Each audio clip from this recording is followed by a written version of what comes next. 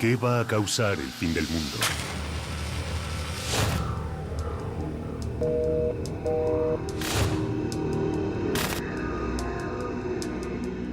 ¿Una guerra?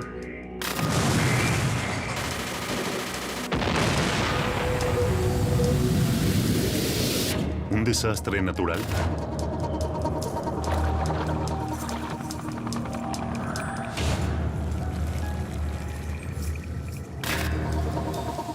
¿Un virus escapado de un laboratorio?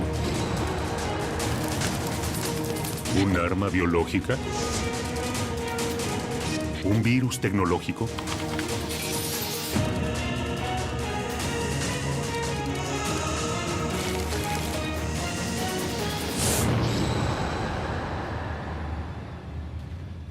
Pandemia.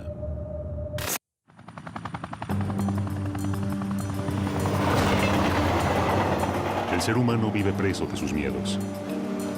Morir víctima de una enfermedad sin poder encontrar la cura a tiempo sea tal vez uno de nuestros mayores miedos.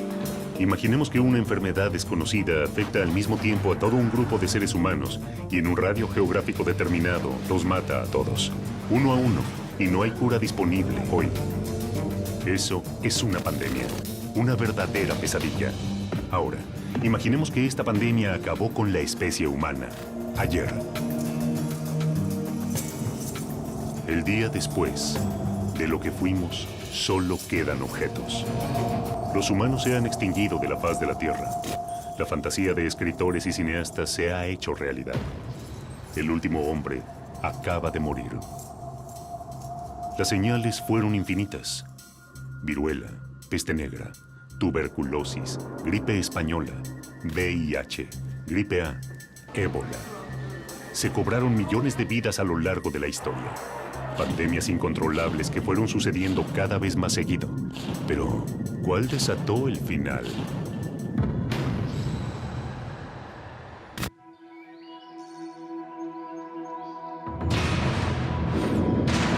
Tal vez haya sido el ébola o tal vez el silencio y la indiferencia. Somos conscientes que desde diciembre de 2013 se detectó un brote de virus ébola en África Occidental.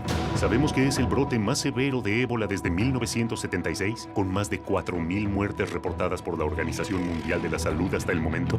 El virus del ébola surgió al principio de la década del 70 en Sudán y en Congo. El ébola mata rápido. Comienza con una fiebre, dolores musculares y jaquecas, hasta que destruye el hígado y riñones del infectado, haciéndolo sangrar interna y externamente. Todos los agentes microbianos quieren multiplicarse e invadir más y más y más, pero a veces no son muy exitosos porque matan al paciente y lo matan tan rápido, ¿verdad?, que no le da tiempo para que la persona transite y pueda infectar a otros. Ese es el caso del ébola, ¿no es cierto? Se ha quedado siempre muy limitado debido a su alta mortalidad. Los primeros casos fueron reportados en Guinea y luego se extendieron a Liberia, Sierra Leona, Nigeria y Senegal. Hoy en día el brote aún está fuera de control. La organización Médicos Sin Fronteras responsabiliza a la comunidad internacional de mostrarse indiferente ante el brote más grave de virus ébola de la historia. 6 months into the worst Ebola epidemic in history, the world is losing the battle to contain it. En Liberia, los centros de pacientes con ébola están colapsados. El sistema de asistencia telefónica saturado. Los hospitales y las clínicas han cerrado sus puertas y el personal está asustado. Ya hubo demasiados trabajadores sanitarios muertos. ¿Actuará las Naciones Unidas y el resto de la comunidad internacional?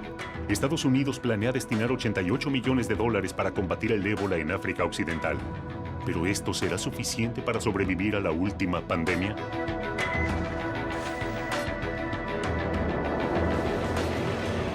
La gripe A azotó México en el año 2009, atacando inicialmente en Veracruz y luego extendiéndose a nivel nacional.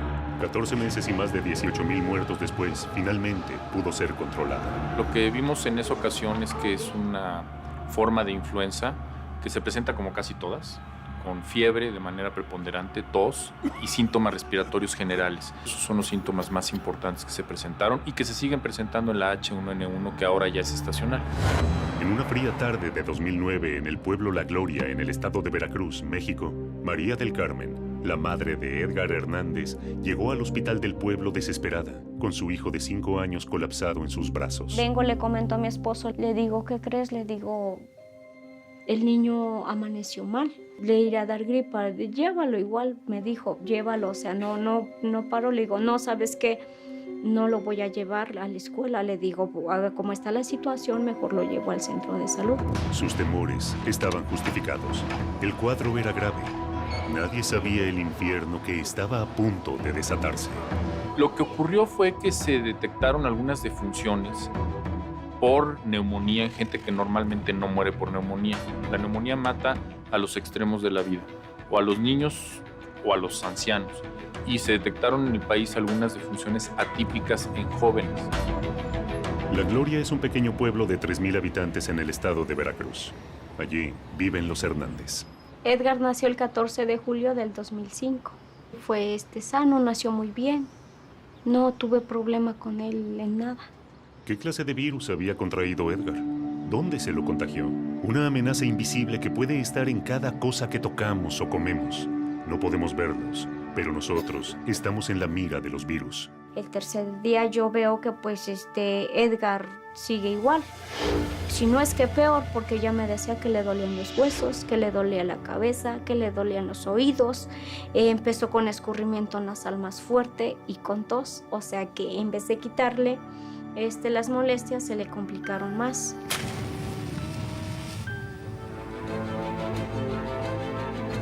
Algo extraño y macabro estaba sucediendo ante la mirada incrédula de todo el pueblo.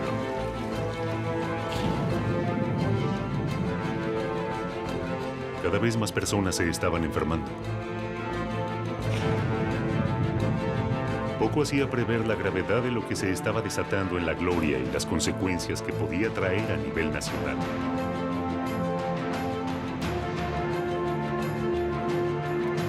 Mientras tanto, el cuadro de Edgar se agrava. Es entonces cuando los Hernández reciben una visita inesperada. El cuarto día me mandan a traer y me dicen que tienen que tomarle una muestra al niño de garganta y de sangre.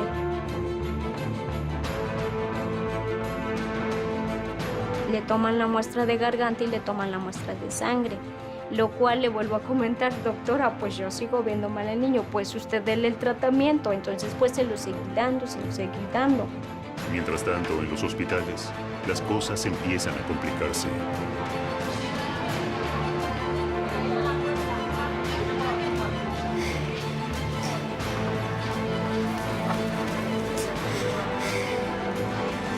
De esos 3 días para adelante, él ya no quiso comer nada. No quiso comer, no quiso tomar agua, no quiso nada. Él se sentía muy mal. Y la temperatura de no bajarle para nada. Se supo que era una nueva cepa del virus, específicamente la H1N1, hoy conocida como PDM09, pandémica 09, pero en ese momento no se sabía. Incluso se confundió, se le dijo que era la gripa del cerdo y la gripa porcina. Después de eso, estaba protocolizado en el plan de preparación y respuesta para una pandemia de influenza, que había que tomar medidas de distanciamiento social. Eso es lo primero que había que tomar. Y por eso es que se toma la determinación el día 24 de abril, es decir, un día después de recibir los resultados del cierre de las escuelas.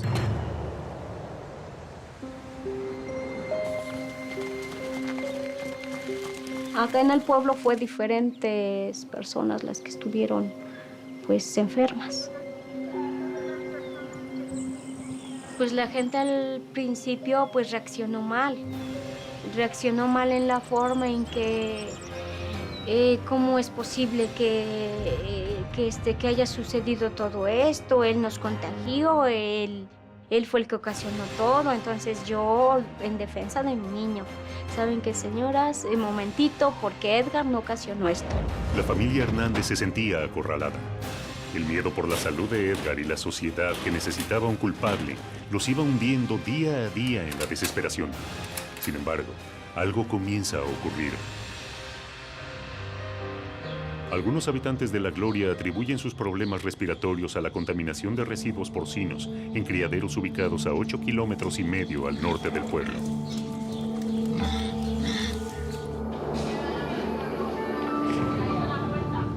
Recién a fines de abril, cuando las noticias hablaban de un brote de gripe en México DF y ya se contabilizaban más de 150 muertes sospechadas de ser producto de este nuevo virus, fue que Edgar fue identificado como el paciente cero.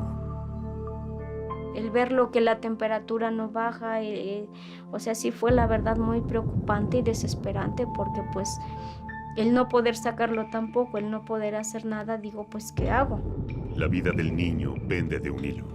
¿De qué se trata esta enfermedad que parece incontrolable? La epidemia se desata. La gente se lanza a comprar masivamente barbijos, alcohol en gel y todo tipo de antibióticos.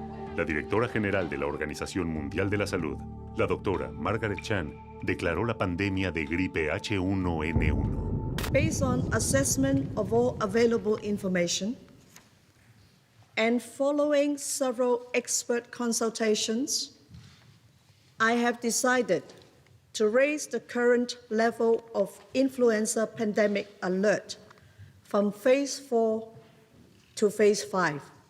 El pequeño Edgar fue uno más entre tantas víctimas de la gripe.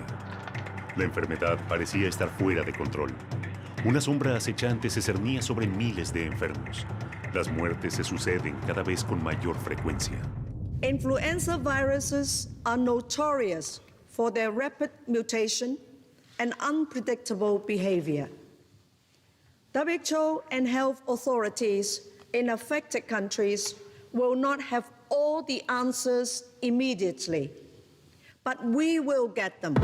Si tenemos un medicamento que no funciona, en lo que llega la vacuna y el medicamento no funciona, entonces hay que recurrir a las medidas de distanciamiento social, las medidas, digamos, estrictamente de salud pública. Realmente una sorpresa, no porque no estuviéramos preparados para que viniera una pandemia, porque realmente ya había todo un movimiento y unos procedimientos en marcha para prepararse para una pandemia.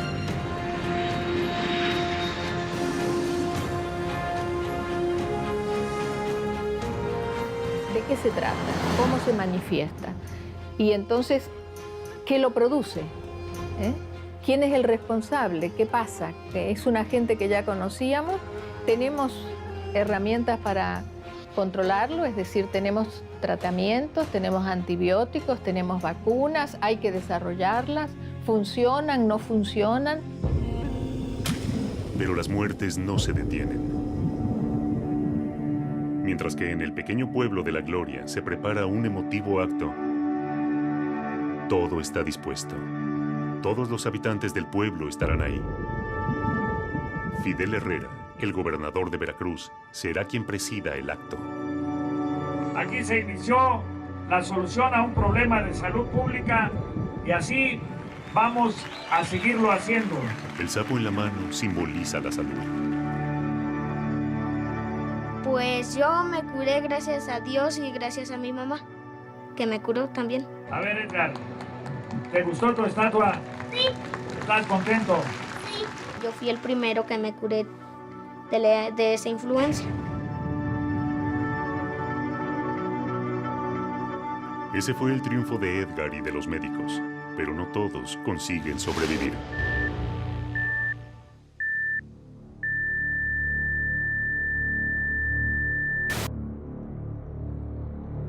¿Todas estas muertes se podrían haber evitado? ¿Realmente se dio a conocer la magnitud de esta pandemia? ¿Puede regresar? ¿Estamos preparados para eso? Algunos han tomado nota de lo ocurrido, los menos. Los virus se modifican, mutan, son infinitamente más rápidos que la burocracia y están en todas partes. La gripe A tuvo un antecedente. Y en el año 2007 se trató de aislar el virus exhumando el cadáver de Mark Sayce, fallecido en 1919 a causa de la gripe A, también conocida como gripe española.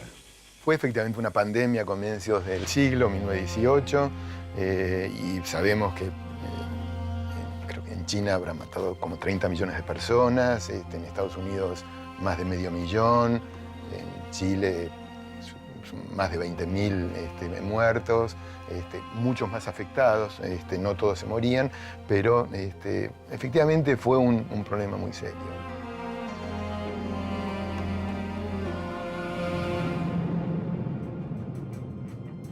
Mark Sykes fue un teniente coronel del ejército británico que combatió en la Primera Guerra Mundial. Fue muy importante su aporte como diplomático, de tal manera que una vez finalizada la guerra, fue enviado a París a la Conferencia de la Paz.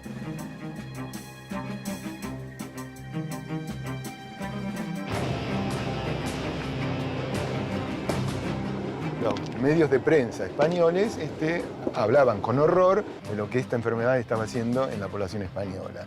Los medios de prensa franceses, por las condiciones políticas y coyunturales del momento, lo ocultaban o los obligaban a ocultarlo. En el caso de la gripe española, la peculiaridad de la pandemia es que impacta en un periodo corto y después desaparece de escena.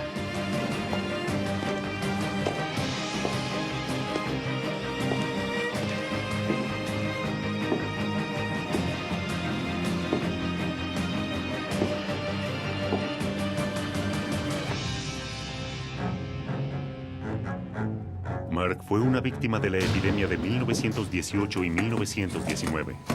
El hombre que logró sobrevivir a una de las guerras más cruentas de la historia.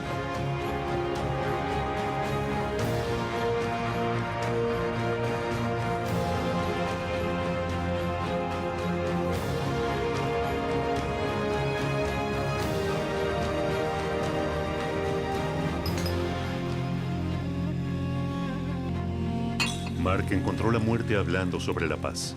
Murió en París, solo, en su cuarto de hotel a los 39 años. Para trasladar su cuerpo a Inglaterra, se lo puso en un ataúd de plomo, sellado.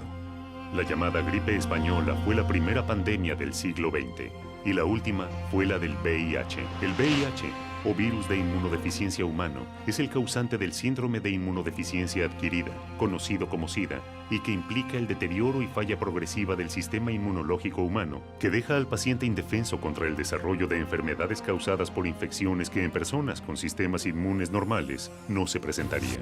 Según datos de la Organización Mundial de la Salud, a escala mundial, hay unos 35.3 millones de personas infectadas con el VIH.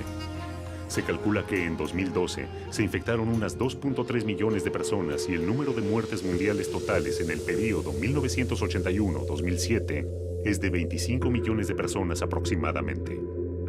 Ante la aparición del VIH, se plantearon muchas dudas sobre su origen. ¿Se trató de un virus que escapó del laboratorio?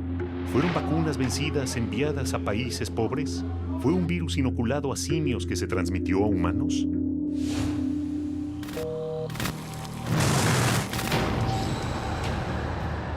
Pensamos que las vacunas, los antibióticos, los medicamentos nos mantendrán a salvo. El uso excesivo e innecesario de antibióticos genera bacterias resistentes. Una bacteria imbatible, la superbacteria. No podemos combatirla. Es un problema que les demos antibióticos a los animales que comemos. Un peligro que pensamos que está lejos nuestro y sin embargo nos acecha a cada momento, en cada rincón de los lugares que transitamos, a través de la gente que nos rodea. La tuberculosis es una enfermedad que ha acompañado al hombre en toda su historia. ¿Puede una enfermedad milenaria como la tuberculosis mutar hasta resistir todos los antibióticos conocidos?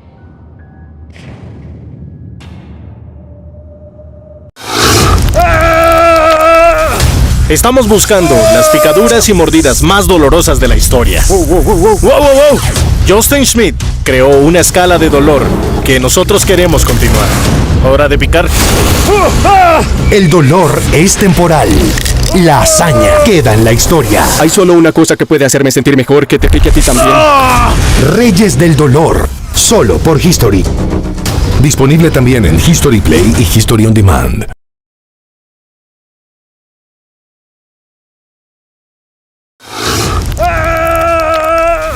Estamos buscando las picaduras y mordidas más dolorosas de la historia. ¡Wow! Justin Schmidt creó una escala de dolor que nosotros queremos continuar. Hora de picar. El dolor es temporal. La hazaña queda en la historia. Hay solo una cosa que puede hacerme sentir mejor, que te pique a ti también. Reyes del dolor, solo por History. Disponible también en History Play y History On Demand.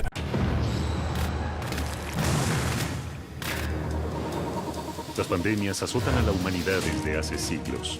100 años atrás, la gripe española mató a más de 50 millones de personas en Europa y Estados Unidos. Y en el año 2009, brota la gripe A, causando el mayor pánico en México, dejando más de 8.000 muertos. La mutación de bacterias es una realidad y los antibióticos ya no pueden protegernos.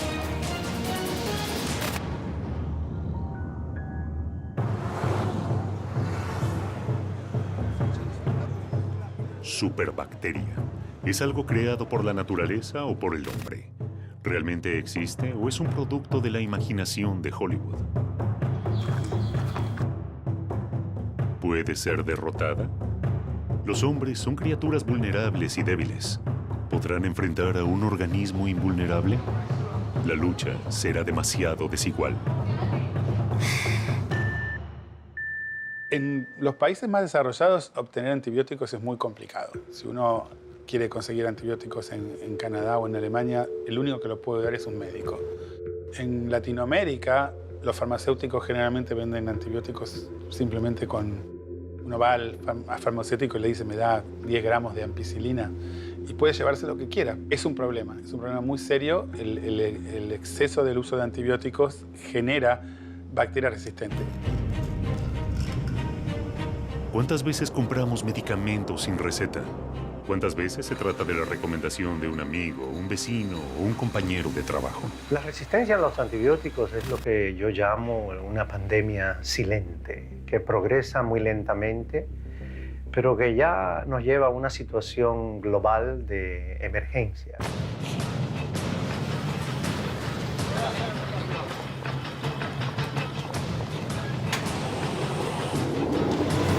Las bacterias están desarrollando su resistencia para sobrevivir.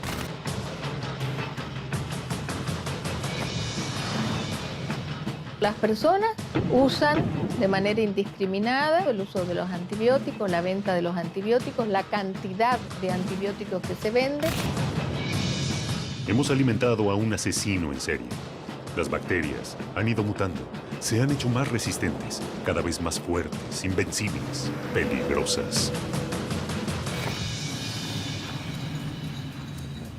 Si utilizamos los antibióticos solamente para enfermedades en las que son eficaces, entonces impedirá el desarrollo de bacterias resistentes que llamamos superbacterias. Ahora este es el problema en este momento, pero no tanto porque les damos demasiados antibióticos a los humanos, sino que es un problema porque les damos antibióticos a los animales, animales que comemos, pollos, vacas y cerdos.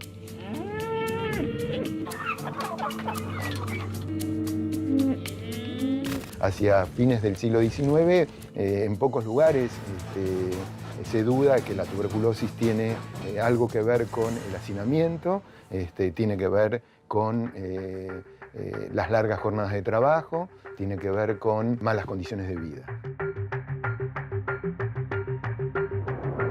La tuberculosis es una enfermedad que ha acompañado al hombre en toda su historia. Inclusive son de las enfermedades que se pueden encontrar en las momias egipcias y en distintos restos que tenemos de la antigüedad, ¿no? Y tenemos dos tipos de resistencia. Tenemos resistencia a algunos de los medicamentos, que cuando hacemos entonces una intensificación y un cuidado más cercano y un seguimiento más estrecho, le llamamos resistencia a múltiples drogas. Pero hay otra variante que son las más extremas, que son algunas bacterias que ya se han detectado que son resistentes a todas las drogas. La tuberculosis es una enfermedad que por mucha gente hubiera pensado que se extinguió, que ya no es un problema. Sin embargo, hay análisis que dicen que 1/3 de la población mundial está infectada con tuberculosis. Generalmente esas personas no van a tener ningún tipo de síntomas. Es un pacto entre el sistema inmune y la bacteria, pero cuando ese pacto se rompe porque la persona está inmunosuprimida o hay un problema con el sistema inmune, como un HIV o con un tratamiento de quimioterapia, ahí el pacto se rompe y la bacteria sale. Jorginho Nunes era un popular periodista deportivo de la radio y la televisión, columnista del diario O Povo, que en 2013 se encontraba atravesando el mejor momento de su carrera. Yo conocí a Jorginho hace unos 15 años, en la radio Tupi, donde él hacía varios programas por la mañana y también por la noche comentando fútbol. Tomé conocimiento más o menos en septiembre, octubre de 2013. Y ahí, al final de la semana estaba en Angra do Rei, le hablé. Tienes que examinarte, no te puedes quedar tranquilo. Que examinen ese ganglio, pues todos los exámenes de sangre, todos los estudios por imágenes no daban un diagnóstico. ¡Consegui! Ya valeu. Ese es el moleque. Y así se hizo. Él se internó y muy rápidamente le quitaron el ganglio. La cirugía fue simple y el resultado nos dijo que se trataba de tuberculosis ganglionar. Cuando se trata más anticipadamente, permite que el paciente no agrave y se logra hacer que entre el antibiótico y el sistema inmune del paciente combatan esta infección. Creo que la demora en iniciar el tratamiento, infelizmente, fue un factor decisivo para el resultado. Después de meses de lucha, Jorginho Nunes no sobrevivió y el día 31 de enero de 2014 falleció a los 63 años de edad. El hecho de que la tuberculosis no mate de manera tan fulminante como otras enfermedades pareciera que la convierte en una enfermedad más benévola. Sin embargo, esto no es así. Estamos viviendo en este momento en el mundo, por un lado, una caída importante de los casos de tuberculosis en la mayoría de los países, incluyendo en la región de las Américas, pero por otro lado el surgimiento de unas formas de tuberculosis causadas por esta bacteria que está desarrollando resistencia. ¿Solo contagian los enfermos o acaso pueden contagiar los sanos? El pasado tiene una respuesta. Mary Mallon llegó a Nueva York desde Irlanda en 1884, cuando tenía 15 años. En 1900, trabajó como cocinera en una casa de Mamaroneck, un pequeño pueblo cercano a Nueva York.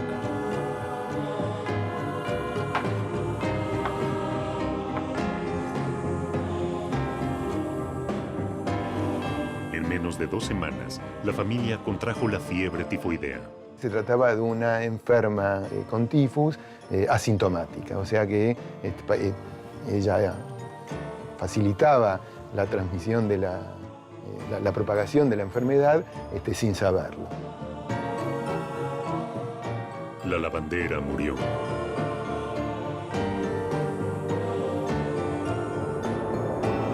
¿Qué fue? ¿El agua? ¿Las manzanas? ¿Qué?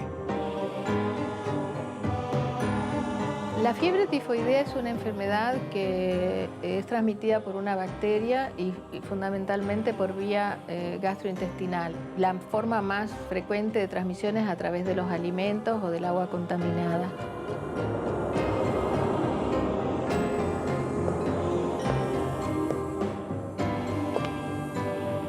Al año siguiente, Mary se mudó a Manhattan y la familia cayó enferma con tifus. Luego trabajó para un abogado y 7 de los 8 miembros de la familia se enfermaron, hasta que en 1906 se instaló en Oyster Bay, Long Island, en una casa de veraneo alquilada por un rico banquero, Charles Henry Warren, y su familia.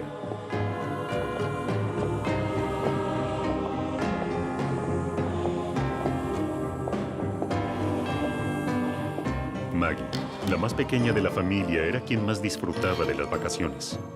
Esa casa era el sitio ideal para pasar el verano.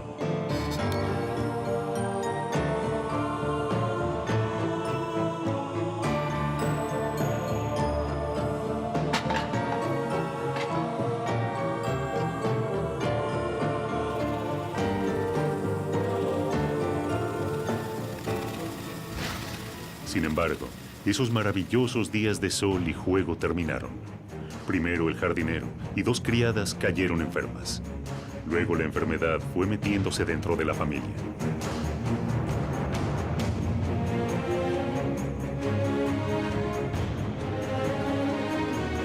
Pocos días después, la pequeña hija de Warren cae enferma. Delira de fiebre. Las noticias no son buenas.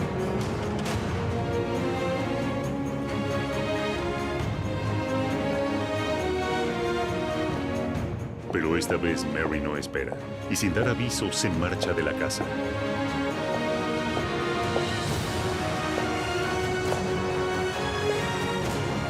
¿Qué estaba ocurriendo? ¿Era solo la mala suerte de Mary? ¿Por qué huyó? ¿Sospechaba que algo estaba ocurriendo? Ella no podía imaginar que se trataba de la primera portadora sana de tifus de los Estados Unidos.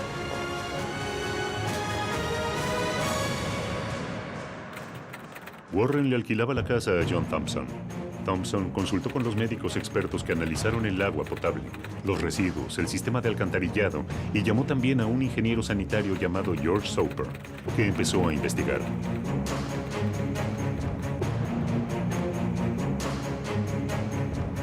Soper interrogó a la familia y a los criados. Incluso fue más lejos y pidió una lista de los invitados que recibieron en las últimas semanas. Soper fue descartando uno por uno a los entrevistados y, por supuesto, le llamó la atención que Mary Mallon se hubiera despedido.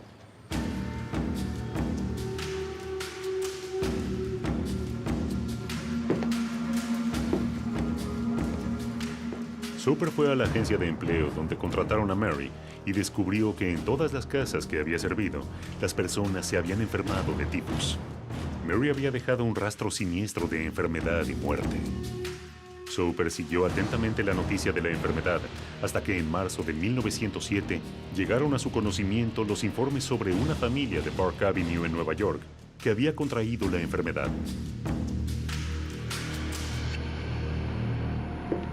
Allí fue Soper.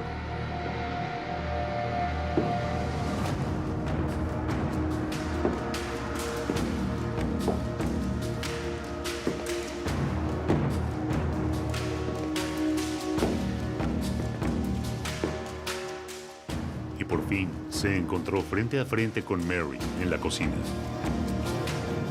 Soper le pidió hacerse un análisis, pero Mary se negó y sobre todo negó estar enferma. Harta terminó echándolo amenazadoramente.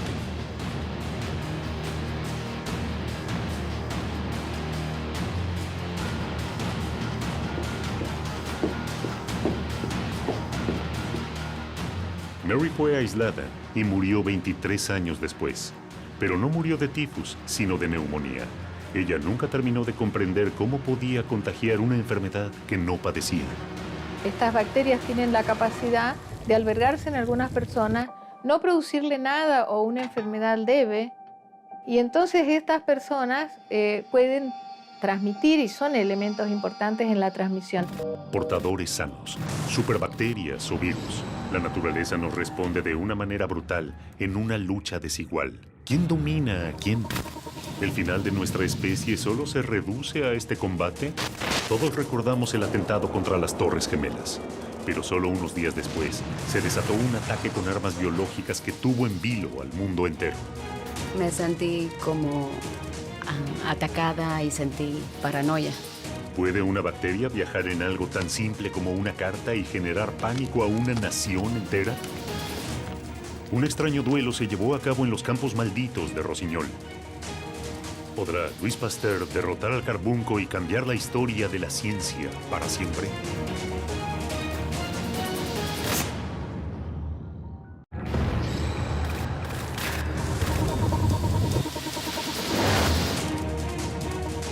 Una enfermedad milenaria como la tuberculosis o una nueva cepa de la influenza.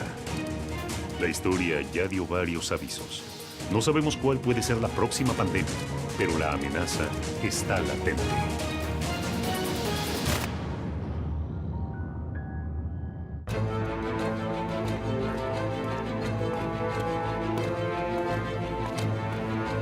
¿Cómo empieza una pandemia? Nunca sabemos cómo emerge una nueva enfermedad ni cómo se propaga hasta contagiar, enfermar y matar hasta después de que lo hace. La multiplicidad de factores nos desconcierta y nunca llegamos a tener ese control. Los seres humanos usan ese aprendizaje para prevenir futuros brotes. Pero, ¿es posible plantar una nueva enfermedad? ¿Mesurar su dosis y calcular la cantidad de muertes que puede cosechar? ¿Puede el terrorismo controlar lo incontrolable? ¿Qué se necesita para esto? Tal vez no sea necesario una superbacteria para acabar con la enfermedad, ni siquiera un gran ejército. A lo mejor se necesita un solo hombre para lograrlo. Según el FBI, el doctor Bruce Edward Sibbins, investigador estrella del Instituto de Investigaciones Médicas de Enfermedades Infecciosas del Ejército en Fort Detrick, puso en marcha su abominable plan. Casey Chamberlain llevaba una vida normal. Tenía solo 23 años cuando esto ocurrió. Estaba viviendo en la ciudad de Nueva York y mi último trabajo fue en el Nightly News, así que cuando todo esto ocurrió en septiembre de 2001 fue cuando llegué a la NBC. Casey fue a trabajar como todos los días. Llegó en horario, preparó su café y se dispuso a organizar el correo. Un día más de rutina. Cuando llegó a su escritorio, una carta llamó su atención. Era un sobre blanco más pequeño de lo habitual y parecía estar redactado por un niño. Yo era secretaria en la recepción. Asistíamos a los productores, hacíamos cualquier cosa que cualquiera necesitara y una de nuestras tareas del día era abrir el correo de nuestro corresponsal Tom Brokaw. Así que era cualquier otro día, o eso pensé. A pesar de lo inusual que le pareció el hecho de que un conductor de noticiero recibiese una carta de un niño, Casey igual decidió abrir el sobre.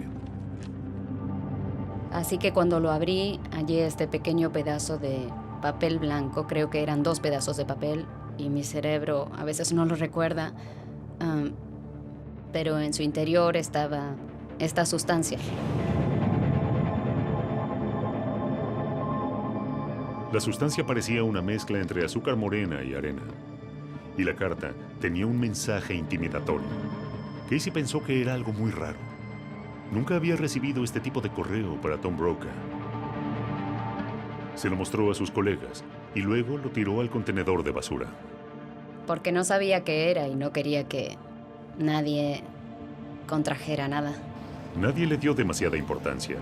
Las amenazas y los insultos en un canal de noticias suelen ser moneda frecuente, y mucho más por esos convulsionados días. La contaminación había sido cutánea, y los síntomas se presentaron 10 días después. Si las esporas hubieran sido inhaladas, los síntomas se habrían presentado al día siguiente.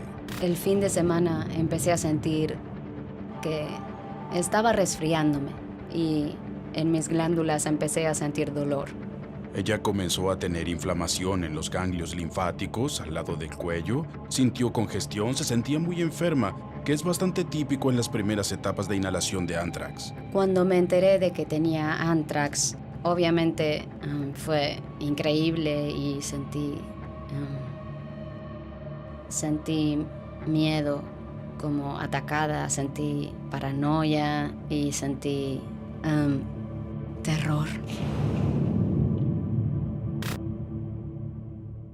Una de las razones por las que el anthrax ha sido particularmente utilizado con fines militares y en el terrorismo como un arma es que cuando se encuentra en forma de esporas, que es la forma en que normalmente existe, es inanimado, es duro, desgranado en un sentido microscópico muy pequeño. Miles de esporas se pueden inhalar y nunca se sabrá siquiera que se estuvo en contacto con esas esporas, que permanecieron latentes durante no solo décadas, sino posiblemente siglos. Una vez dentro de su cuerpo, ya sea a través de su piel, pero especialmente si es inhalado por los pulmones, entonces esas esporas pueden convertirse en lo que se denominan organismos vegetativos y reproducir y causar la muerte a través de una toxina que liberan. En el transcurso del fin de semana, el estado de Casey empeoró rápidamente. Para el domingo en la noche, sus glándulas estaban extremadamente inflamadas. Casey sabía que algo estaba mal. Ellos pensaron que estaba teniendo alergia o algún tipo de reacción alérgica en mi cuerpo. Así que cada uno de ellos me prescribió, como todo el mundo lo haría, un antibiótico que comenzó a matar a todo lo que estaba pasando en mi cuerpo.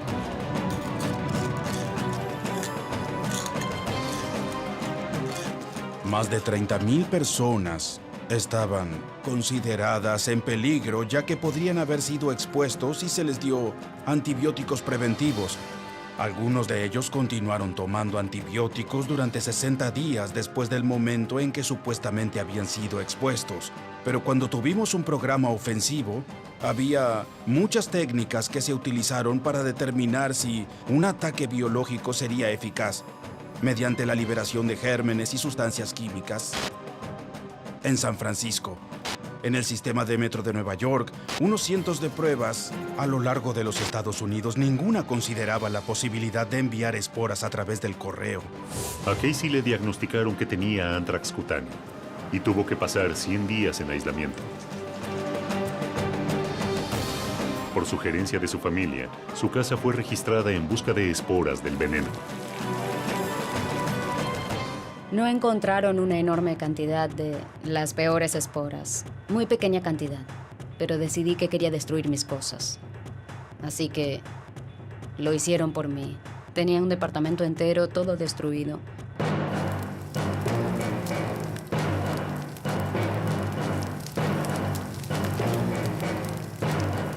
Me siento con suerte, porque todavía estoy aquí.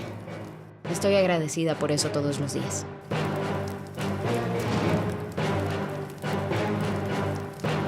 ¿Se puede matar a la humanidad con este método o simplemente mandando cartas contaminadas? ¿O existe otra forma más masiva de utilizar el anthrax? Si las esporas son dispersadas en 100 kilómetros, contaminan 100.000 kilómetros de tierra. Si se las compara con armas nucleares, el área afectada es 300 veces mayor y en lugar de durar unos segundos, dura varios días.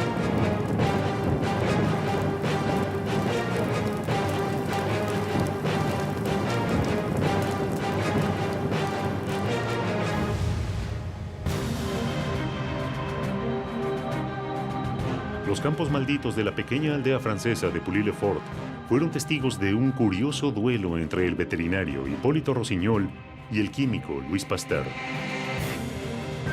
Entre los presentes hubo periodistas, ganaderos y la gente del pueblo ansiosa de ver cómo se desarrollaba esta batalla científica. El desafío comenzó cuando Pasteur anunció que había logrado hacer inofensiva la bacteria mortal del carbunco o anthrax y elaborado la vacuna.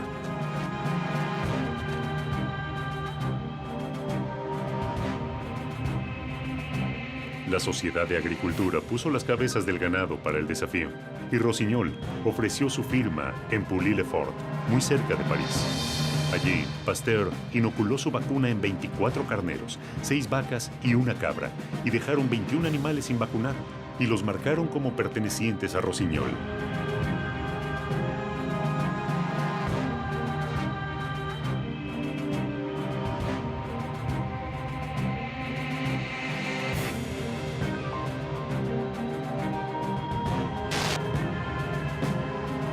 El triunfo fue de Pasteur. El ganado de Rossignol estaba muerto. El hombre encontró la solución para vencer al anthrax, pero fue el hombre también quien lo perfeccionó en un laboratorio, convirtiéndolo en un arma letal. ¿Cuánto tiempo falta para que alguien logre convertir a todo el planeta en un campo maldito? El anthrax es una bacteria utilizada en bioterrorismo, pero no sería la única bioarma. Teorías conspirativas hablan de la manipulación de virus como la fiebre hemorrágica. Por ahora es solo una teoría, pero el miedo a un ataque con este virus aterroriza por su rápido poder asesino. ¿Será este el final? ¿Una pandemia desatada por el hombre o por un virus preparado en un laboratorio? Anthrax, fiebre equina, cólera, fiebre hemorrágica. El escenario no es una ficción. Ya ha ocurrido con el anthrax. No hay garantía de que no pueda volver a ocurrir. Incluso podría estar ocurriendo en este momento. El Instituto Nacional de la Salud, que es el principal impulsor en Estados Unidos de la investigación biológica, ha visto su presupuesto recortado. Esto afecta cualquier tipo de potencial protección que se pueda conseguir contra agentes químicos o biológicos. ¿Es el bioterrorismo o su lucha contra él lo que terminará con la humanidad? ¿Es una nueva amenaza o llevamos siglos conviviendo ante la posibilidad de un ataque biológico? El primer antecedente de un ataque con armas biológicas no es reciente. En el año 1346, en la zona de Crimea, Sin saberlo, un ejército mongol introdujo la peste negra en Europa y llevó adelante el primer ataque biológico de la historia. La ciudad de Caffa era la puerta de entrada al comercio en Europa.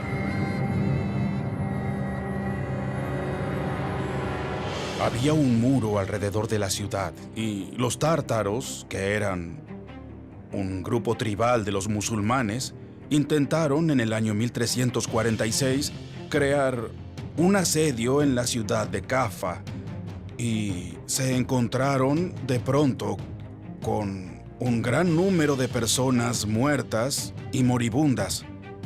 No entendían lo que era un agente biológico, no sabían acerca de los agentes biológicos como bacterias, pero la gente se estaba enfermando con la plaga, que más tarde se llamó la peste negra. Lo que hicieron fue utilizar catapultas para enviar los cadáveres de las personas fallecidas que habían muerto de la peste a través de los muros de la ciudad para tratar de infectar a los residentes europeos.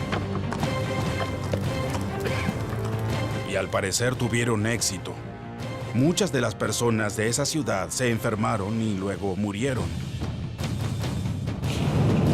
7 siglos han pasado de la pandemia de la peste negra, que casi extermina a la población europea. ¿Puede repetirse? ¿Alguien en este momento puede estar trabajando para que esto suceda? Los que nos atacan están listos y, como los antiguos guerreros, preparan sus catapultas para terminar con la humanidad.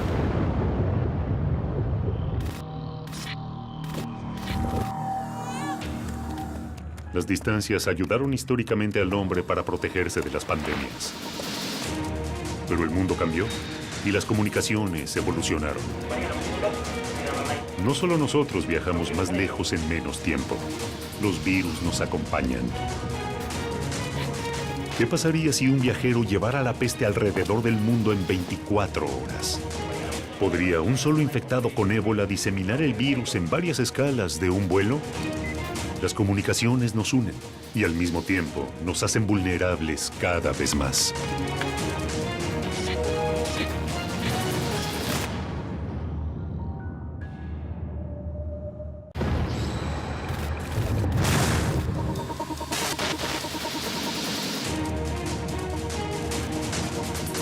Campos malditos, enfermedades milenarias, bacterias multiresistentes a todo tipo de antibióticos, ataques con cartas infectadas, todos posibles detonantes de la próxima pandemia.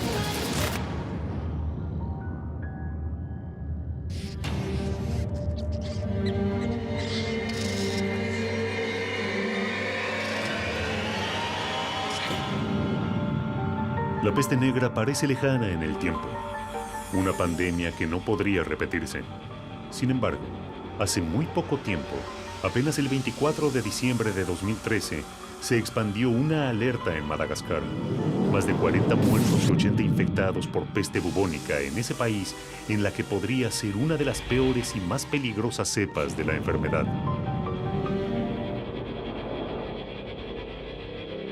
¿Volverá a subirse al barco? ¿O esta vez preferirá un medio más veloz para propagarse? Hoy en día asistimos a la revolución de los transportes y las comunicaciones. Las distancias se han ido achicando. Hoy, un viaje entre Londres y Madrid dura no más de 2 horas y media. Hace 7 siglos, un viaje de Londres a España podía durar un mes. En 1345, Alfonso XI de Castilla firmó un tratado con Eduardo III de Inglaterra, sellando la alianza matrimonial de sus hijos Pedro y Juana. Juana se prepara para marcharse de Londres rumbo a España. Juana llevará un precioso vestido para su boda. No sabe cómo será Pedro. Hace mucho tiempo que lo imagina. Dicen que es moreno. Dicen que es un año mayor que ella. Desde que tiene recuerdo, sabe que va a casarse con Pedro. No se lo cuestiona, es así. Su padre, el rey, sabe lo que hace. Es por el bien de Inglaterra. Los enemigos acechan, y ella cumplirá su rol. Pero los enemigos no solo están fuera del castillo. La peste bubónica también es una de las enfermedades que llamamos bíblicas o medievales, ¿no? Junto con la fiebre tifoidea, el cólera, la fiebre amarilla, fueron las grandes amenazas de la humanidad hasta el siglo XIX.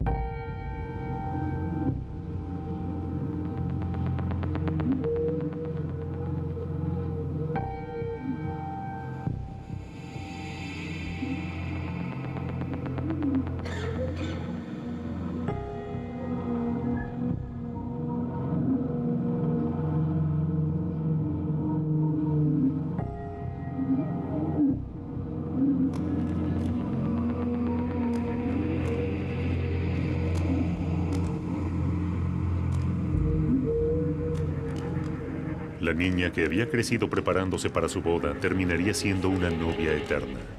Al llegar a Burdeos, había fallecido.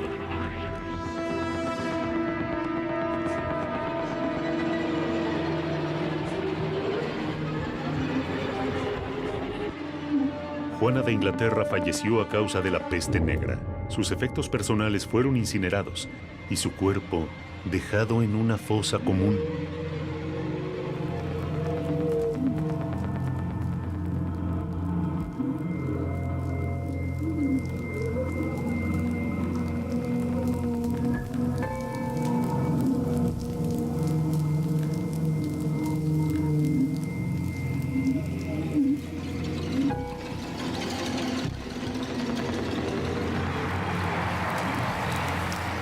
Como tantos otros, como un tercio de la población europea, y sumado a los efectos indirectos de la desorganización social provocada por la enfermedad, desde las muertes por hambre hasta el fallecimiento de las niñas y ancianos por abandono, por falta de cuidado, 50 millones de personas murieron.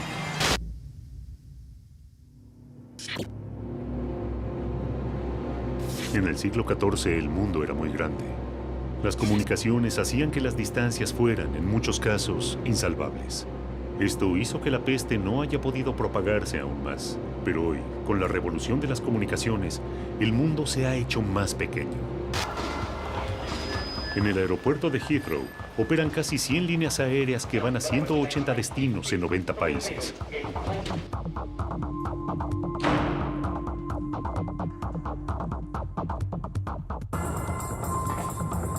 Thomas está en tránsito. Es ingeniero. Regresa a su hogar en Düsseldorf. Viene de Abu Dhabi, donde estuvo trabajando para su compañía. No se siente bien. Piensa que se ha resfriado por culpa del aire acondicionado. No se imagina que contrajo coronavirus o síndrome respiratorio de Oriente Medio, ni tampoco a cuánta gente es capaz de contagiar. Jennifer tiene 40 años. Es médica. Acaba de llegar de Londres para asistir a un congreso de cardiología. Viene de Ciudad del Cabo, Sudáfrica. No sabe que en 2 semanas el cólera la habrá matado. ¿Cuánto tiempo pasamos en un aeropuerto? ¿Con cuánta gente nos conectamos?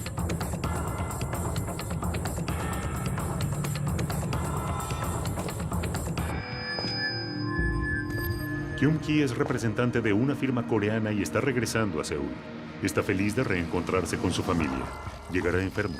Se va a recuperar pronto. No así su esposa, a la que contagiará de H7N9, más conocida como gripe aviar, y estará grave. Los Hinojosa están de paseo. Han recorrido distintas ciudades europeas. Regresan a México. Elena ha cuidado en todo el viaje a su hijo Gael de que no se resfríe. Sin embargo, un abrigo no podrá defenderlo del virus que lo llevará al hospital. Hay que recordar que vivimos en un mundo globalizado, en un mundo donde se toma un avión en Buenos Aires y 7 horas más tarde estamos en Nueva York. Y se ha demostrado la transmisión de bacterias y de virus en vuelos de largo tiempo. No hay respeto ya por fronteras. Con la habilidad del hombre de viajar en avión alrededor del mundo en solo 24 horas, creo que es muy posible que se dé una nueva pandemia de aquí a los próximos años. Así de pequeño se ha vuelto el mundo. Así de peligroso lo hemos convertido. Y a cada instante estamos más vulnerables. ¿Hay margen aún para evitar una pandemia? ¿Existe realmente alguien que pueda detener nuestra destrucción? En ese mundo pequeño hay seres más pequeños que pueden ser letales. Los mosquitos. Están cerca, muy cerca. En la calle, en nuestras casas. No asustan, no les tememos. Incluso los subestimamos. Pensamos que a lo sumo será una picadura. El dengue ya es una enfermedad instalada acá y si usáramos la definición de que es un agente nuevo, no podríamos clasificarlo como una pandemia. Es una enfermedad que tiene 4 virus y cada uno no da protección contra el otro, es decir, no hay lo que llamamos defensas cruzadas en los 4 virus del dengue.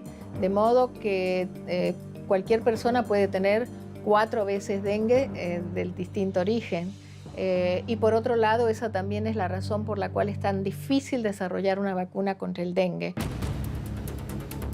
Hay teorías que avalan que los mosquitos transgénicos se pueden llegar a convertir en las nuevas bombas asesinas contra los hombres, solo con modificar su secuencia genética.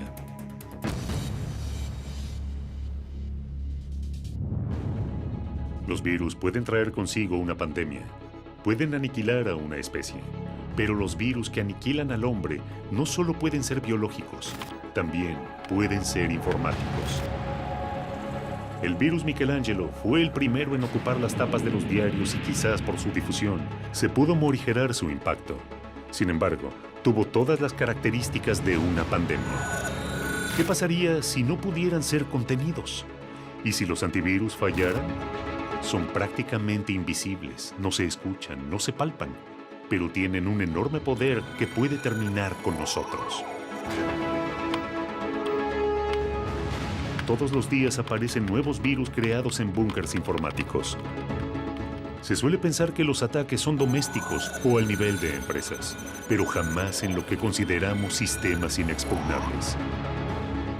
¿Alguien podría entrar a la NASA o a la Armada de los Estados Unidos? Cuando me inicié en el mundo de la informática tenía 13 años. Julio Ardita nació en Santa Cruz, en Argentina, y viajó por todo ese país debido a los traslados que tenía su padre. Hasta que finalmente, a los 14 años, recaló en Buenos Aires en un pequeño departamento del barrio de Palermo.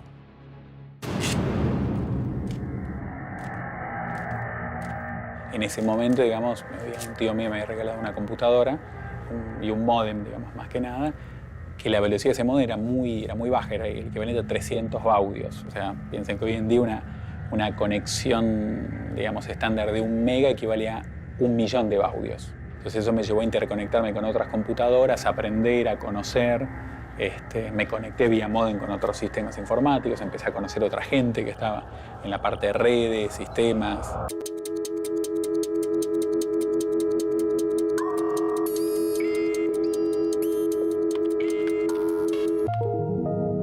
Como desafío, digamos, yo iba intentando entrar en distintos sistemas, aprendiendo técnicas nuevas.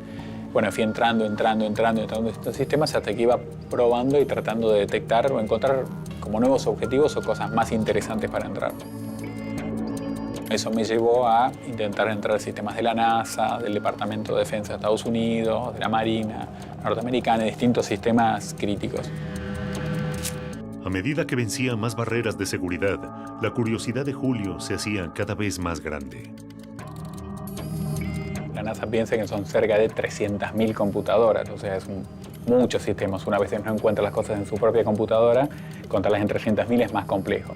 Pero bueno, dentro de eso, parte de lo que vi jugando y entrando fue lo que en su momento era una especie de Google Maps, que hoy existe, digamos, realmente era impresionante. Uno ponía las coordenadas y tenía el archivo de la vista satelital del día anterior de cómo estaba. Eso realmente era muy impresionante.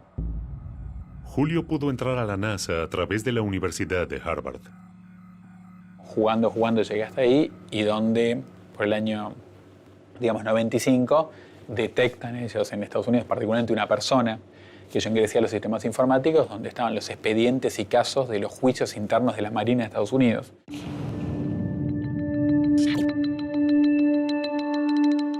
Peter Garza, de NCIS, es el primero que advierte que alguien ha irrumpido en los archivos del Naval Criminal Investigative Service. Comenzó a rastrearlo, solicitó una orden judicial y se abocó a la búsqueda de la filtración. 3 meses duró la investigación. Después de 3 meses de investigaciones, Peter descubrió el origen del sistema de rastreo. Buenos Aires, Argentina.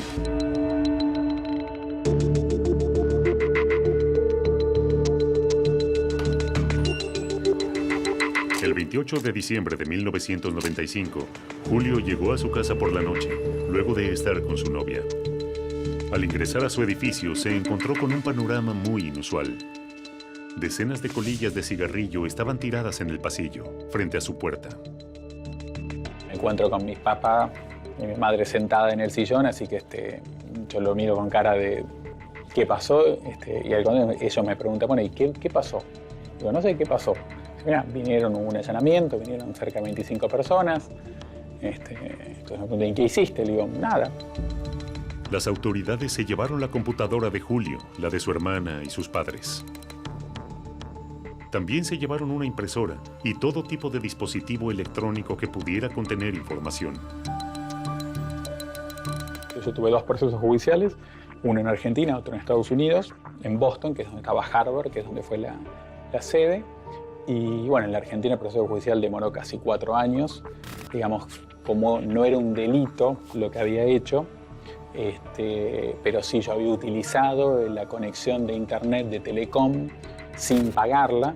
Entonces lo que el juez en Argentina definió básicamente es una multa por el tiempo de uso de internet que había utilizado gratis sin pagar.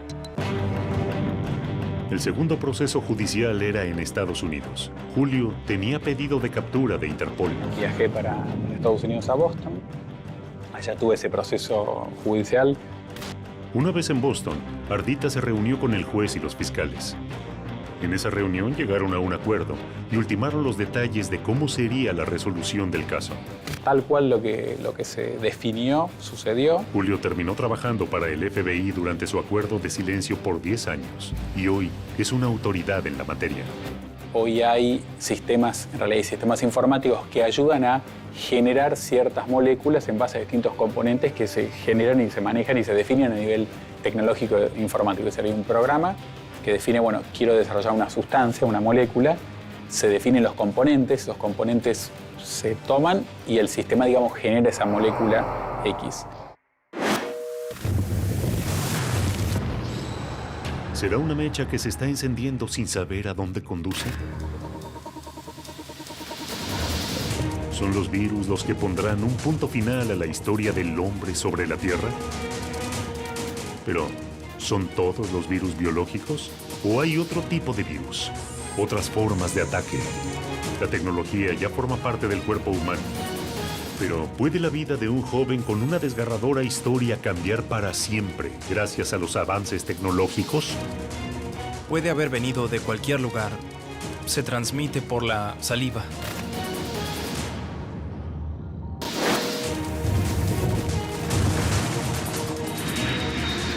La velocidad de las comunicaciones acorta cada día más las distancias entre países. Las enfermedades ya no conocen de fronteras. En 2009, algunos países prohibieron los vuelos que provenían de regiones con brotes de influenza. ¿Pero son las enfermedades quienes pueden generar un nuevo contagio masivo?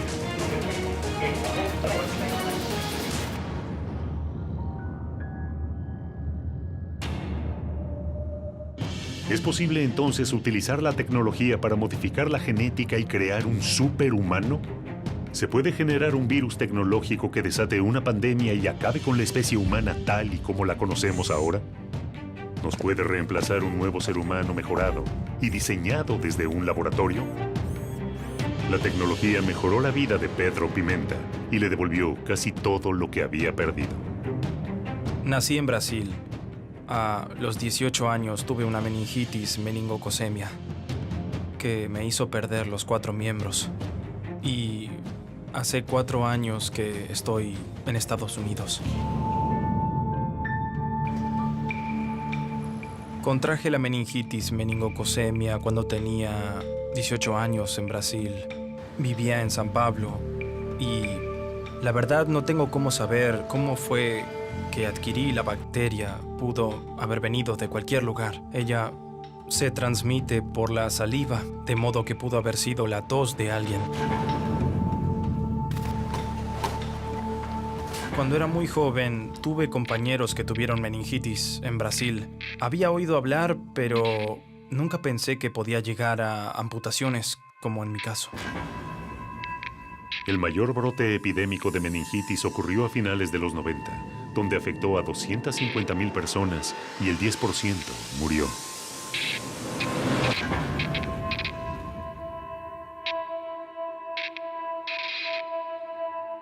Aquel 11 de septiembre de 2009 era un viernes común para Pedro. Se había encontrado para almorzar como hacía habitualmente con un compañero. Comenzó a sentirse mal y fue para su casa. Al llegar, comenzó a tener fiebre y vómitos. Pedro no se sentía nada bien. Ya a la noche, esos síntomas comenzaron a empeorar. Yo estaba solo en casa. Al pasar la noche ya estaba muy mal y me llevaron a un hospital local. Dijeron que tenía una infección y me mandaron de vuelta para casa. Ahí me quedé 4 horas durmiendo.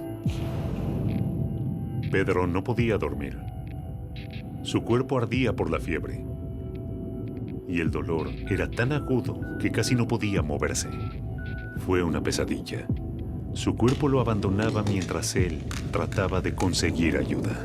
Por suerte pude tomar el celular que estaba cerca de mí y llamé a mi hermano que estaba durmiendo en otro cuarto de la casa.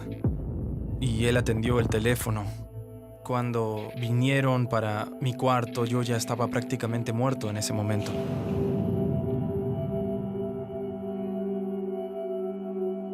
Cuando llegué al hospital ya inconsciente, estaba con muy pocas chances de sobrevivir, menos de 1% de chances de sobrevivir. Fue muy rápido, realmente muy rápido.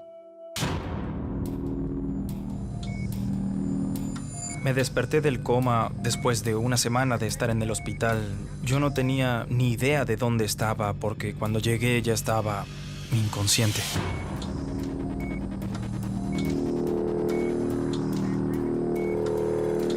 La primera visión que tuvo Pedro fue de sus miembros completamente gangrenados, en estado de putrefacción. Podía ver parte de mis huesos, mis músculos. Una escena terrible. Cuando desperté del segundo coma, la primera visión que tuve al volver, yo estaba bajo los efectos de varios remedios y todo era muy confuso. Estaba somnoliento y la primera visión que tuve fue de mi cuerpo debajo de la sábana. Pude ver el contorno de mi cuerpo.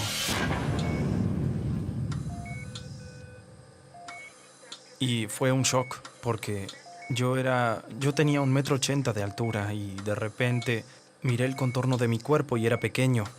Fue algo que me produjo mucho miedo al futuro, sumado a aquella realidad. Mirando mi cuerpo fue terrible, terrible.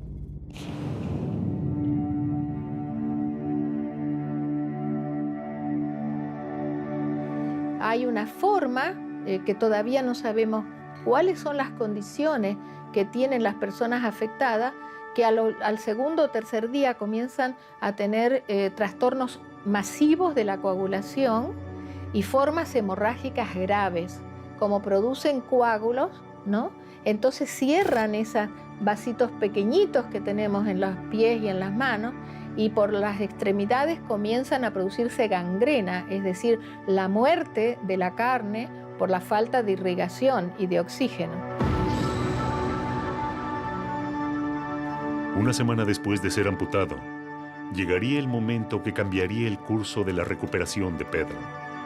Muy cerca del hospital, en el estadio Morumbi, AC/DC, su banda de rock favorita, tocaba en San Pablo después de 13 años. Yo estaba conmocionado. Fue terrible. Empecé a desesperarme. La primera cosa que dije cuando desperté fue: yo quería ir al show de AC/DC y obviamente no tenía posibilidades de ir. Además, la situación todavía era peor porque AC/DC tocaba en un estadio que quedaba a 2 calles del hospital donde yo estaba. Y 2 semanas antes del recital, mi médico, el doctor Ofir, entró a mi cuarto y me dijo: hola, Pedro. Hablé con el director del hospital y vamos a liberarte por 2 horas, reservar una ambulancia, vas a entrar al estadio, vas a ver tu show.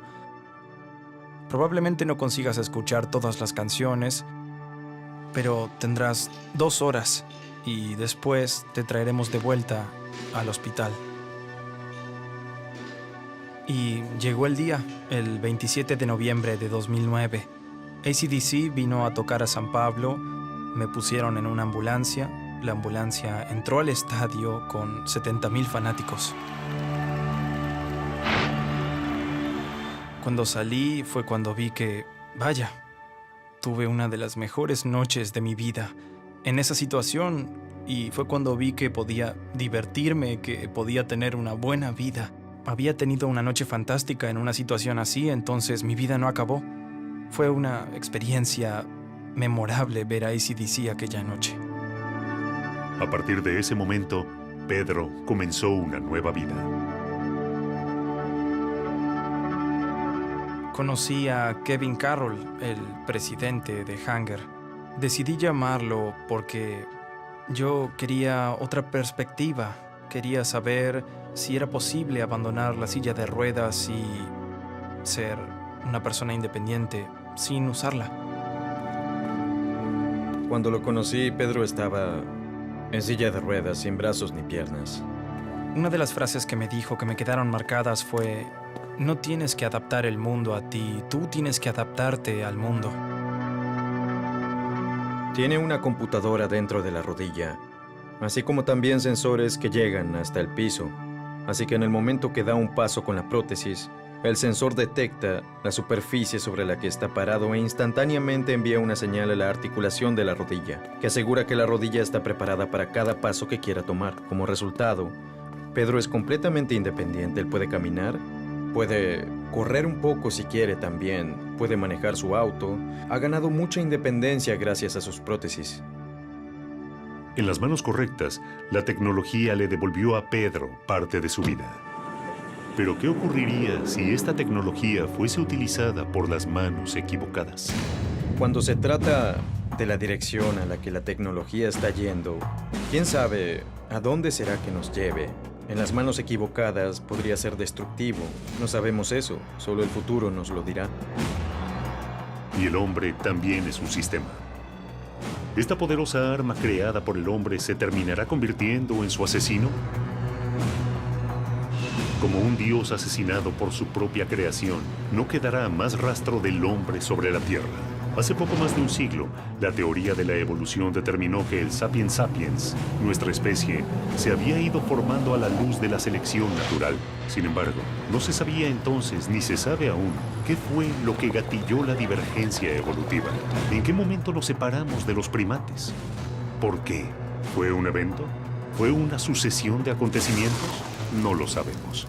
Y si no tenemos ese registro, ¿podremos darnos cuenta si se está repitiendo el evento? ¿Sortearemos como especie una nueva selección o alguien cambiará nuestro destino? ¿Esta nueva escalada tecnológica llegará a poner en manos de las máquinas el destino de la humanidad? Toda especie tiene un enemigo natural. En el caso del hombre, se sostiene que su peor enemigo es el propio hombre. Ya conocemos los ataques, pero ¿hay hombres preparados para enfrentarlos? No creo que sea irracional estar preocupados por una pandemia en el futuro. Son muchos los que están esperando el final. Se preparan. Chris Petrovich sobrevivió a varias pandemias, pero sabe que aún falta la batalla final.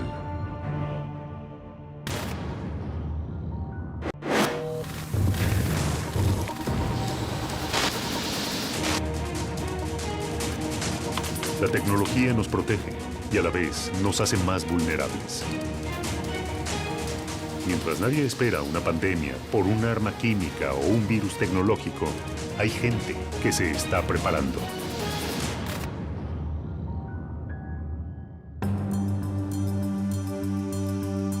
Las armas químicas son aquellas que utilizan sus propiedades tóxicas para matar, herir o incapacitar al enemigo, tales como el cianuro, el gas mostaza o el sarín. Cuando hablamos de armas químicas, estamos hablando de un agente que disemina venenos en toda el área. Vimos un efecto terrible del agente nervioso sarín que está siendo utilizado en Siria con toda claridad por el gobierno sirio. Un arma química en las manos equivocadas tiene el poder de causar un daño devastador, como el ocurrido en Siria en el mes de agosto de 2013. Por los informes de las investigaciones de Naciones Unidas y otros, hay más de 1000 personas, incluidos varios cientos de niños, que murieron por el gas sarín lanzado por el gobierno. Una vez más, el hombre combate a su propia especie. ¿Uno de estos agentes podría ser el exterminador?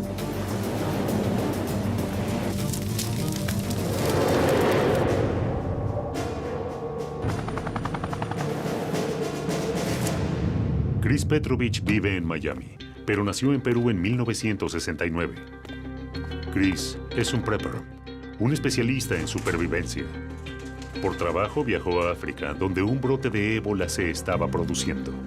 Cuando estuve en África, el virus ébola me ponía nervioso, pero mucho más los cuerpos apilados en las calles. Yo estuve en Uganda, en Kenia, Tanzania, en abril y mayo del 94, cuando hubo una gran cantidad de muertos. No sé, vi miles de cuerpos que intentaban sepultar en Uganda. Los preppers son personas que se alistan de manera activa para afrontar por su cuenta cualquier tipo de emergencia. Una catástrofe natural, el colapso económico, una explosión atómica o una pandemia. Les gusta usar esa palabra porque es más suave y correcta políticamente. Pero yo vengo de la vieja escuela donde más que nada son sobrevivientes, que siempre fueron mal vistos, porque el resto de la gente ve a los sobrevivientes como si fueran personas antigobierno, cosa que yo no soy.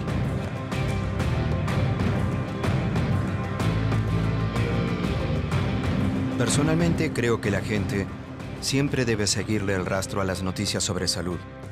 ¿Qué enfermedades rondan? ¿Qué riesgos a la salud puede traer viajar? Por eso pienso que es muy importante.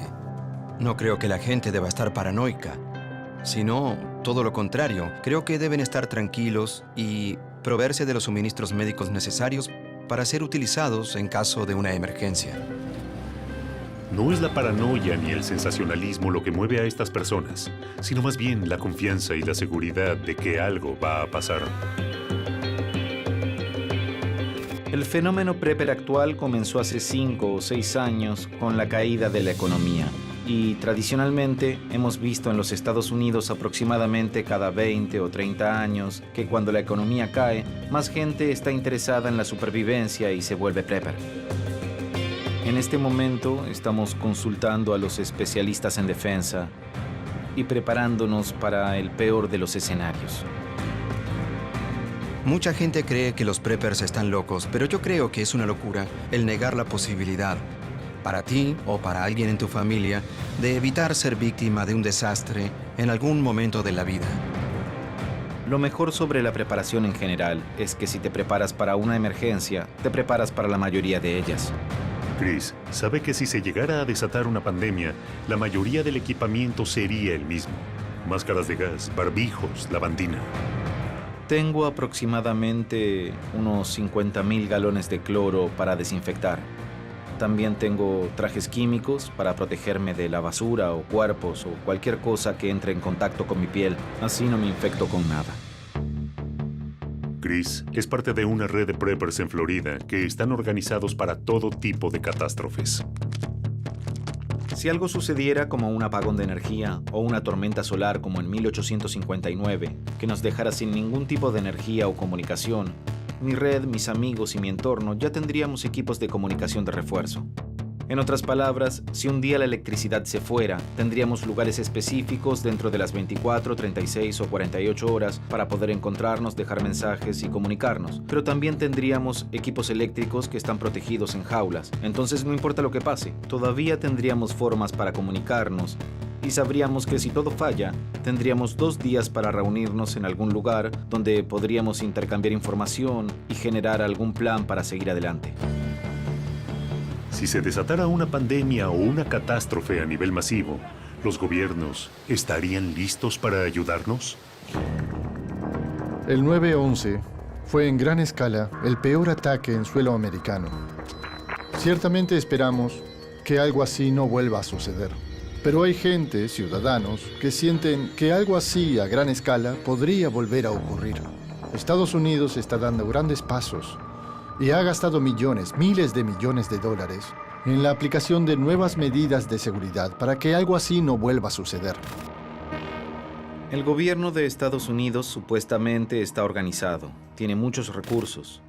Si llegara a haber una pandemia o un desastre que golpee muchos lugares en Estados Unidos, el gobierno solo puede responder con todos estos recursos, con toda esta gente para asegurar quizás solo al 5% de la población. Los ciudadanos estarán a la deriva. Petrovich cree que el derrumbe está próximo y se prepara para ello. En mi lugar especial tengo lo que la mayoría debería tener. Lo primero, agua. Segundo, comida. Y tercero, tener suministros médicos. Y luego deberían tener también paneles solares, linternas, solo lo básico, botas, ropa, suministros que necesitarás para esperar 2 meses o 6 meses, para cuando las cosas se pongan difíciles. No creo que sea irracional estar preocupados por pandemias en el futuro, sobre todo teniendo en cuenta tanta inestabilidad económica y política. Si el desastre llegara a ocurrir, los preppers parecen estar listos, pero millones no. ¿Será suficiente para evitar la extinción?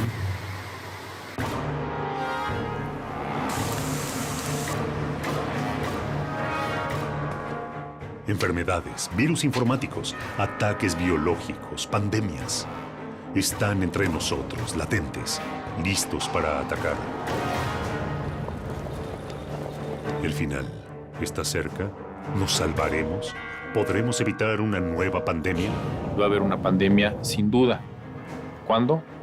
No sabemos de qué, no sabemos, pero va a ocurrir. Este sueño de controlar las enfermedades infecciosas, yo creo que es como la utopía, ¿no? Vamos en camino hacia ello y en el camino aprendemos, pero nunca sabemos si vamos a llegar.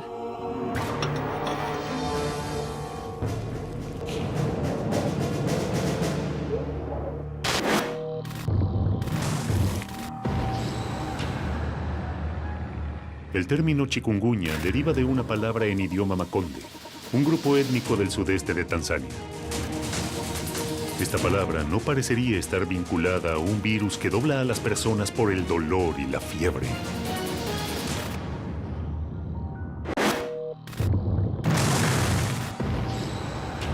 Las pandemias han trazado un ADN de muerte a lo largo de la historia, azotando a la humanidad, arrancándole su bien más preciado, la vida.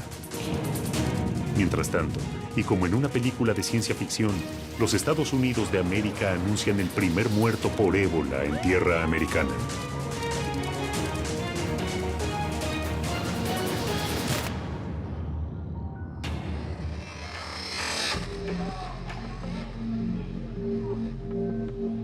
El chikungunya está azotando Centroamérica en este preciso momento. Se transmite por la picadura de un mosquito infectado. Los mismos mosquitos que transmiten dengue. Los síntomas son fiebre, fuertes dolores articulares, dolores musculares, dolores de cabeza, náuseas, cansancio y erupciones cutáneas. Pero por sobre todo, lo más característico es que los pacientes llegan doblados por el dolor. Nicaragua, Venezuela, El Salvador, Colombia, República Dominicana, Puerto Rico, y la lista sigue. La cantidad de afectados ya asciende a 90,000 y al menos se reportaron 22 muertos. Aún no existe cura contra el chikungunya. Y si bien su tasa de mortalidad no es alta, los síntomas que causa son tan intensos que lo hacen un riesgo enorme para las franjas de la población más expuestas. Pero, ¿podría esto cambiar?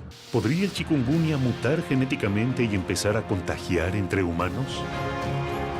¿Podría transformarse este virus en una pandemia que encorve a toda Latinoamérica? La respuesta aún no existe. Hoy, los gobiernos de los países afectados están enfrentando este nuevo enemigo, tratando de ganarle la batalla por vidas humanas. Se necesita prevención, educación y recursos. La lucha es constante y a diario.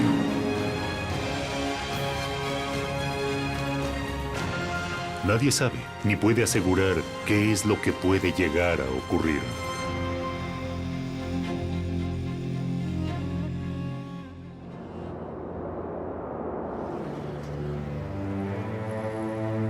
El gran interrogante es si una pandemia puede terminar con la humanidad.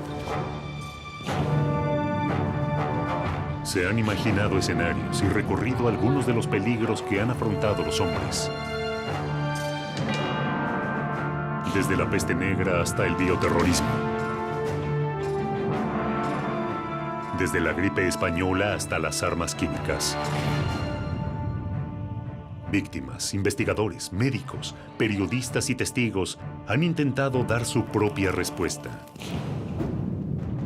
¿Se hará oídos sordos a todo lo dicho? ¿Se cerrarán los ojos para no ver?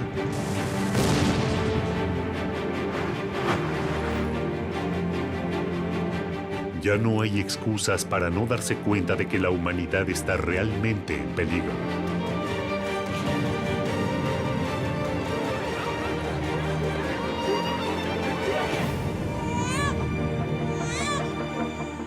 ¿Desde dónde llegará el golpe fatal?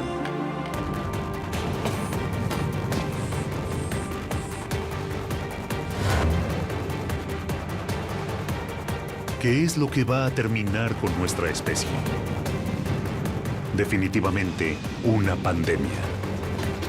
¿Originada por causas naturales? ¿Producida por nosotros mismos? En este preciso momento, se puede estar produciendo un virus que por error pueda escaparse del laboratorio. Ahora, en este momento,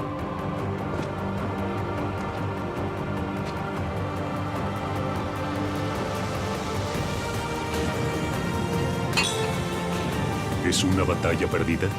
¿Cuándo llegará? ¿Pronto o nunca? Eso depende de la humanidad.